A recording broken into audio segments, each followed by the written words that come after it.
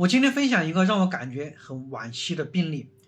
在2015年，也就是10年前，一位35岁的哮喘患者首次发作的时候被确诊了，医生给他开了很规范的吸入药物，并且跟他说长期治疗，但是他觉得不发作就跟正常一样的，自行停药，就不再复诊。10年期间，他的哮喘反复发作，从最初的季节性的咳嗽逐渐变成日常活动后的气促。如今检查发现，他的肺功能已经出现不可逆的下降，并发了慢性阻塞性肺疾病，稍微一活动就会呼吸困难，生活质量大打折扣。这个案例我想告诉大家，哮喘不是小毛病，长期不治疗，你的身体会付出沉重的代价。那么为什么长期不治疗的哮喘会逐渐加重？首先，气道的炎症它会持续破坏，因为哮喘的本质是气道的慢性炎症，即使没有症状，炎症也在悄悄的慢慢的破坏你的气道黏膜。从研究来看，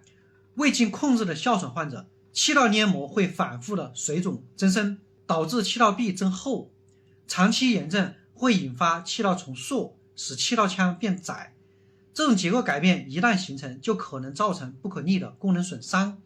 还有比较重要的是免疫系统的失衡变化。哮喘患者的免疫系统本身就处于比较敏感的状态，长期不治疗会打破免疫平衡，像过敏原、冷空气等刺激会反复触发免疫反应，促使气道对刺激的敏感性越来越高，发作越来越频繁，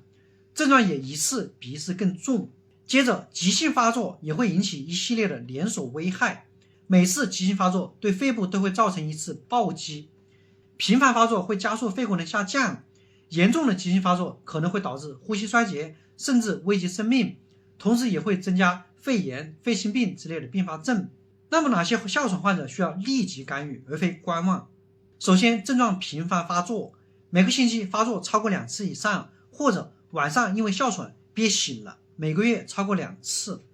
其次，日常活动受限，比如走路爬坡等简单的活动后出现气短、喘息。还有肺功能下降，肺功能检查提示 FEV1 占预计值低于 80%。其次，有急性发作史，曾经因为哮喘发作需要急诊治疗或者住院。那么长期规范治疗有哪些注意事项？首先，要坚持规律的用药。哮喘治疗的核心是长期规范使用控制药物，不要因为症状缓解而自行停药。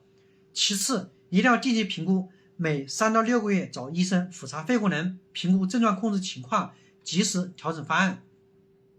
还有避开诱发因素，你明确自己对哪些东西过敏，比如说花粉尘螨、动物毛屑，你一定要避开。还要学会应急处理，掌握哮喘急性发作的时候怎么急救，随时携带急救药物，比如沙地胺醇气雾剂。最后我想强调，长期不治疗不是硬扛，而是对健康的不负责。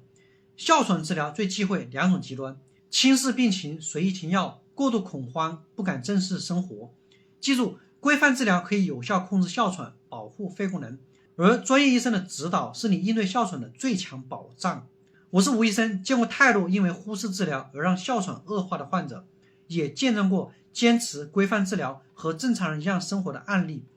希望通过这个真实的故事给你提个醒，哮喘可控可治，及时治疗才能避免遗憾。